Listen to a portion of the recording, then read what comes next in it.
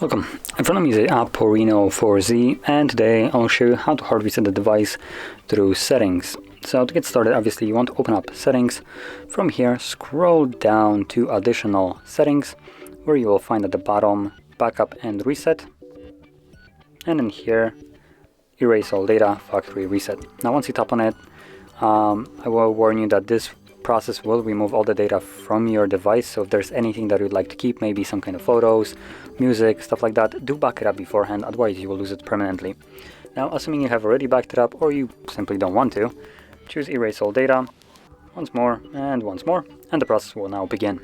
This will take probably 2-3 minutes or so, and once it's completed, we'll then be presented with the Android setup screen. So I'll be back once that is visible.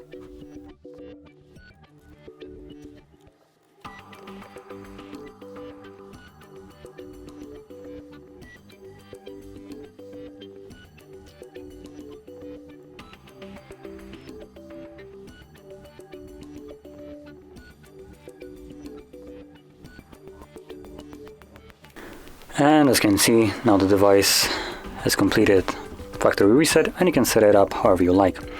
So if you found this video helpful, don't forget to hit like, subscribe, and thanks for watching.